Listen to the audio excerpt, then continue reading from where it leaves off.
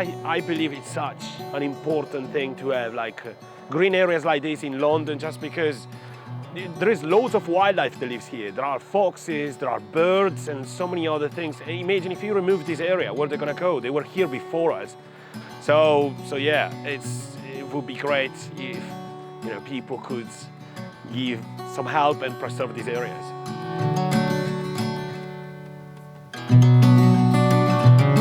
So here we are at my new allotment. It's just 10 by 11 meters, so it's not massive, but it's quite a big space compared to my actual garden. And we grow a variety of different things, and in this pathway only, I planted loads of flowers, which is like a sort of welcoming for insects, pollinators, wildlife to access the area. And we got a variety that I can't even list because it's loads and loads of different flowers. Some of them are medicinal, which is great. Some of them are edible, which we use in the kitchen. And some others are literally just for beauty. And we keep the seeds and we replant them next year. So yeah, I would say that one of my favorite flowers, it's teddy bear sunflower. Like whenever it sprouts, it's such a show, it's so cool. But also helianthus is another amazing plant. Or we got a couple of few varieties of nasturtium that are super cool.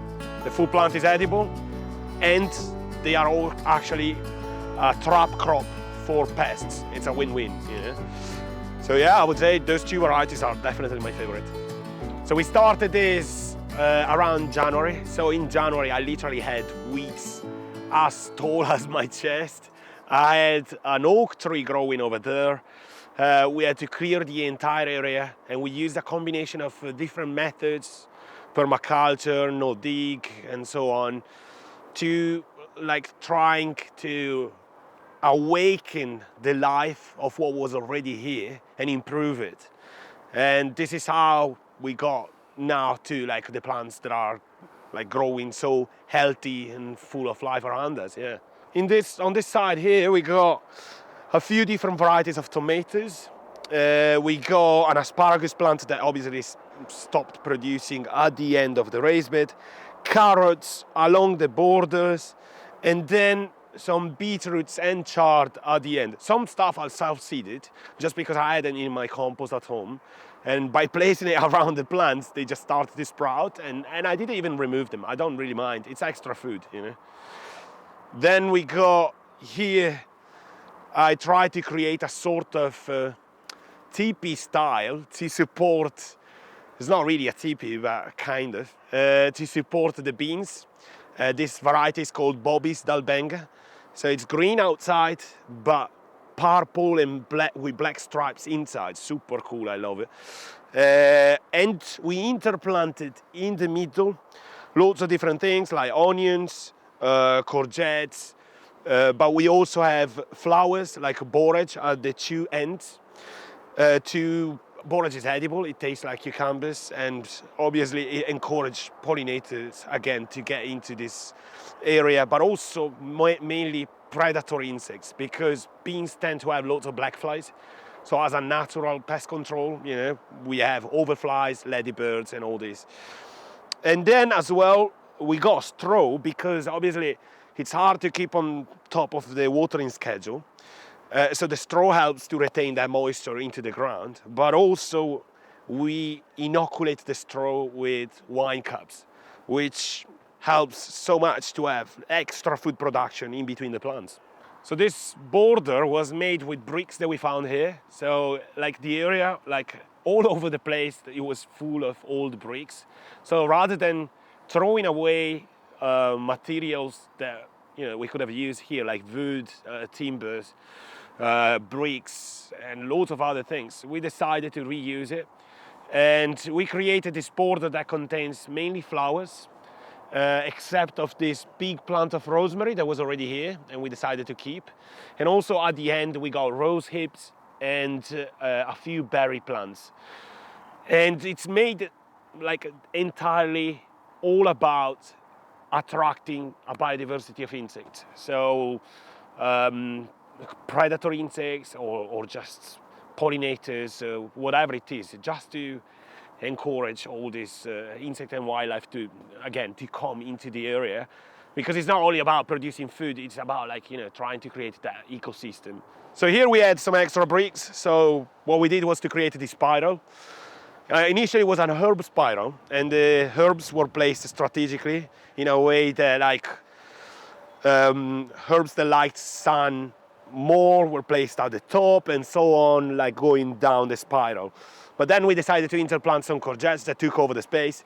And then this is what happens whenever you forget to harvest your courgettes. They turn into marrow, and we should pick them as soon as possible, just because they withdraw loads of energies from the plant. And yeah, we actually, one of the mistakes, if I could say, that we did here at the beginning of the year was to plant too many courgettes. And yeah, we have loads of varieties, but still, it's a lot.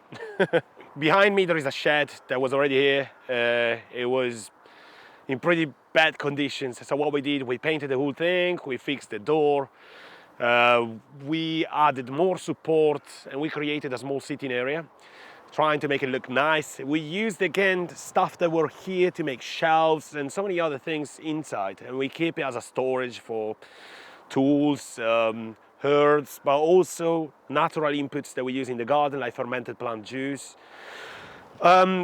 And behind me, as you can see, unfortunately, there are loads of new buildings that in January that were not here, and they want to expand the area to get even these plots.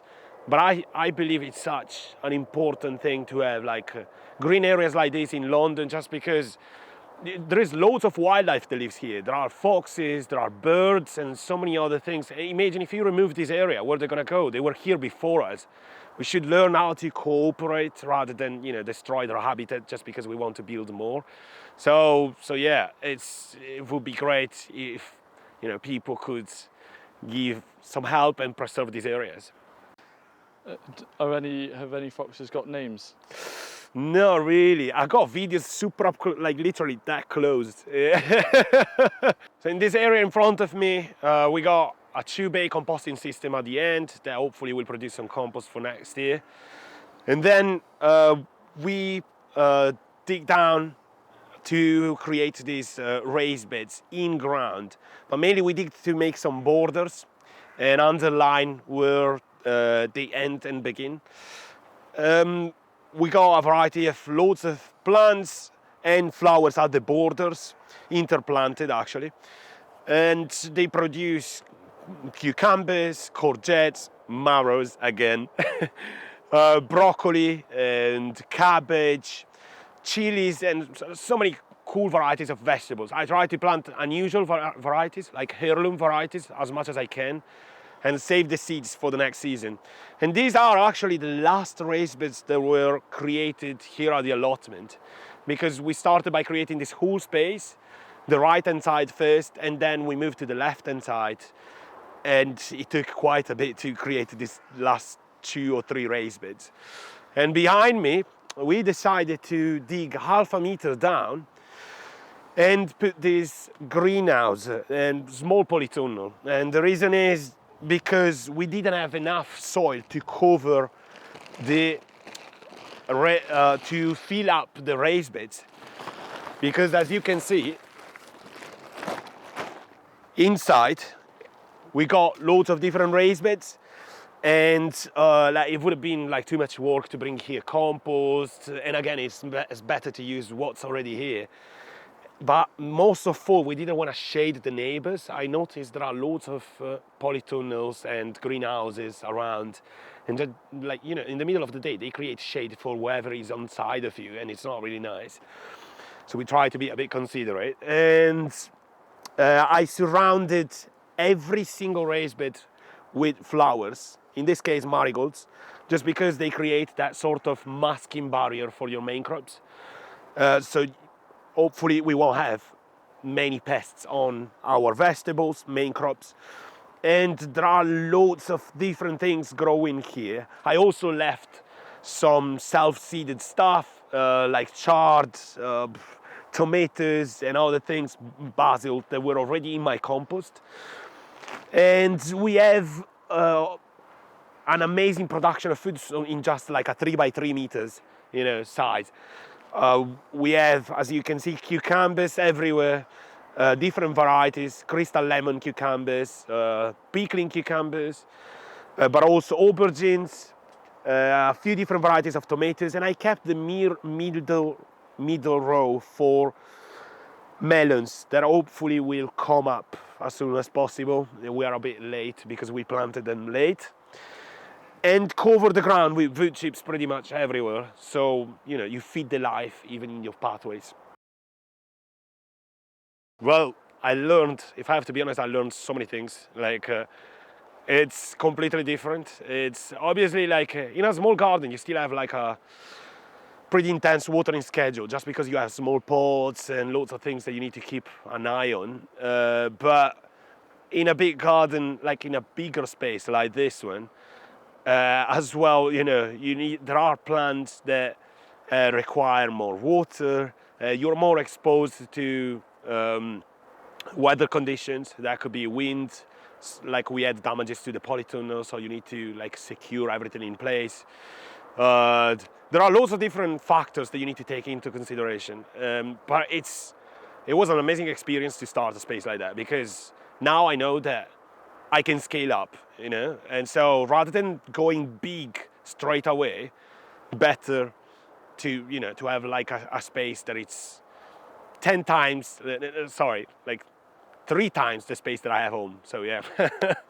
Yeah, so you're always taking doable steps rather than a 10-acre. That's correct, exactly. Yeah. If I took over a 10-acre space, I don't know where I would be now. Just doing that, nothing else. So I think what I'm gonna do for this space, I'm gonna do loads of cover crops because soil doesn't need to rest. So it's contrary to what people think, that you need to leave your soil for a season to rest. It's not true. You don't need time for your soil to rest at all. You can keep feeding it. It's gonna constantly produce. So having these cover crops that then you can chop and drop, you can use them as mineral accumulators, and then you give back to the soil, to the ground. But also I'm gonna hopefully use the compost that I'm gonna produce here, so I can enrich the life and the biodiversity of microorganisms. And I'm gonna try to use the polytunnel for winter crops, and a few other spaces to overwinter stuff. So planting, I don't know, things like beetroots or other stuff that could potentially come up early in the season whenever the climate starts to get a bit better. So you plant them late or at the end of the growing season, the so-called growing season, and then you can harvest them early, whenever, early spring. So it's a super early harvest, a fresh crop that you can harvest. So that's pretty much what I'm gonna do to this space, over the winter.